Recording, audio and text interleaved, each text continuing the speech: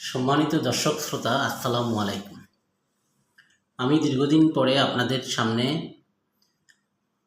কিছু কথা বলার জন্য উপস্থিত হয়েছি। আমি আজ বাংলাদেশ জাতীয়তাবাদী দল সম্পর্কে কিছু কথা আপনাদের সামনে বলব। কারণ আমি ব্যক্তিগতভাবে বাংলাদেশ জাতীয়তাবাদী দলের শহীদ রাষ্ট্রপতি জিয়াউর রহমানের আদর্শে অনুপ্রাণিত একজন সৈনিক। ছাত্রজীবন থেকে এই দলের সাথে জড়িত ছিলাম। বর্তমানেও এই দলের আদর্শ ধারণ করি। এই দলের প্রতি আস্থা বিশ্বাস রাখার চেষ্টা করি। অতীব দুঃখের সাথে একটি জিনিস লক্ষ্য করতেছি, বাংলাদেশ জাতীয়তাবাদী দল বিগত 17 বছর যে ক্রান্তিকাল অতিক্রম করেছে, সে সময় বাংলাদেশ জাতীয়তাবাদী দলের রাজনৈতিক কর্মকাণ্ড পরিচালনা করতে গিয়ে যারা সম্মুখ সারিতে অংশগ্রহণ করেছিল, নিপীড়ন নির্যাতনের শিকার হয়েছিল, সেই বাংলাদেশ জাতীয়তাবাদী দলের সেই নিপীড়িত নির্যাতিত সৈনিকদেরকে আজকে অভিযোগের সুরে কথা বলতে শুনি, অভিমানের সুরে কথা বলতে শুনি। তাদের অভিযোগ অভিমানের সাথে বাস্তবতার অনেকটা মিলও দেখি। বাংলাদেশ জাতীয়তাবাদী দলের যেহেতু একজন ক্ষুদ্র কর্মী হিসেবে জড়িত ছিলাম, তাই বিভিন্ন আন্দোলন সংগ্রামে উপস্থিত থাকার চেষ্টা করেছি। বাংলাদেশ জাতীয়তাবাদী দলের একসময় একটা ক্রান্তিকাল এসেছিল, ভরা যৌবনের পরে, যখন 2001 থেকে বাংলাদেশ জাতীয়তাবাদী দল ক্ষমতায় ছিল। 1/11 পূর্ব পর্যন্ত, 1/11 পরবর্তী পরিস্থিতিতে বাংলাদেশ জাতীয়তাবাদী দলের একটি প্রোগ্রামে শহীদ রাষ্ট্রপতি জিয়াউর রহমানের মাজারে শ্রদ্ধা নিবেদন করতে গিয়েছিলাম প্রয়াত নেতা হান্নান শাহর নেতৃত্বে। আমার স্পষ্ট মনে আছে, তখন আমি সংখ্যায় গুনেও ছিলাম, মনে হয় 70 থেকে 80 জন নেতাকর্মী তখন হান্নান শাহ সহ আমরা উপস্থিত ছিলাম।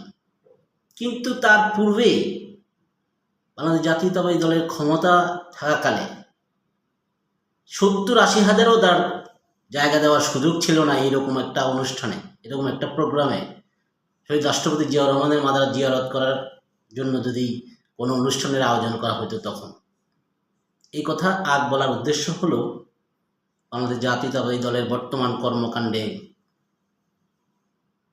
বর্তমান রাজনৈতিক প্রেক্ষাপটে 5 আগস্টের পরবর্তী পরিস্থিতিতে বাংলাদেশ জাতীয়তাবাদী দলের যে ভরা মৌসুম দেখা যাচ্ছে, সেই ভরা মৌসুমে সম্মুখ সারিতে যারা অবস্থান করতেছে, অনেকেই বিগত সময়ে দেখেছি পরামর্শ দিতে। এই সময়ে এই ধরনের আন্দোলন সংগ্রামে, এই ধরনের প্রোগ্রামে উপস্থিত থাকা কি দরকার? পুলিশ যেভাবে মারমুখী, জীবনের নিরাপত্তা নেই, দানবের সাথে তো মানবের লড়াই হবে না, অতএব একটু নীরব থাকো, দেখা যাক কি হয়। সেই রকম সুশীল বিশ্লেষক, পরামর্শকদেরকে আজকে দেখি বাংলাদেশ জাতীয়তাবাদী দলের ঝান্ডা হাতে, পতাকা হাতে, সম্মুখ সারিতে। বাংলাদেশ জাতীয়তাবাদী দলের তারা সমর্থক, বাংলাদেশ জাতীয়তাবাদী দলের আদর্শে বিশ্বাস করে, তারা বাংলাদেশ জাতীয়তাবাদী দলের কর্মকাণ্ডে জড়িত থাকবে, এতে আমার কোনো আপত্তি নেই। কিন্তু যারা বাংলাদেশ জাতীয়তাবাদী দলের বিগত 17 বছরে নির্যাতিত নিপীড়িত হয়েছিল, বাংলাদেশ জাতীয়তাবাদী দলের কর্মকাণ্ড পরিচালনা করতে গিয়ে ঘর হারা হয়েছিল, সংসার হারা হয়েছিল, সম্পদ হারা হয়েছিল, জীবন চলে গিয়েছিল, আজ তাদের অনেকেরই অভিমানের সুরে কথা বলতে শুনি, অভিযোগের সুরে কথা বলতে শুনি। এই বাস্তবতা দেখে আমি আজ এই কথা বলার উদ্দেশ্য বাংলাদেশ জাতীয়তাবাদী দলের যারা নেতৃত্ব দিচ্ছেন, যারা দলের কর্মকাণ্ড পরিচালনা করছেন, তাদের দৃষ্টি আকর্ষণ করে তাদেরকে অনুরোধ করব, এই সকল দিক বিবেচনা করে বাংলাদেশ জাতীয়তাবাদী দলের নির্যাতিত নিপীড়িত কর্মীদেরকে মূল্যায়ন করেন।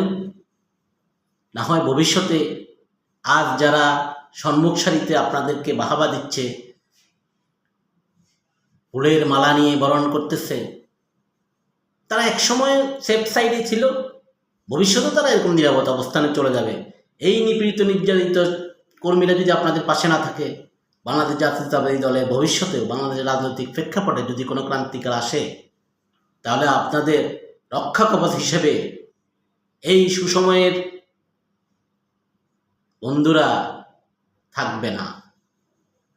দুঃসময়ে যারা ছিল তারাই থাকবে।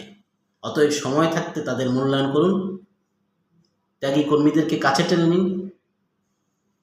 আমি এখানে একটি কথা দৃঢ়তার সাথে বলতে চাই, আমি বাংলাদেশ জাতীয়তাবাদী দলের কোনো পদ পদবি নাই, আমার ভবিষ্যতেও কোনো পদ পদবি পাওয়ার জন্য আমার ইচ্ছা বা অভিলাষও নেই। কিন্তু বাংলাদেশ জাতীয়তাবাদী দলের একজন কর্মী হিসেবে শহীদ রাষ্ট্রপতি জিয়াউর রহমানের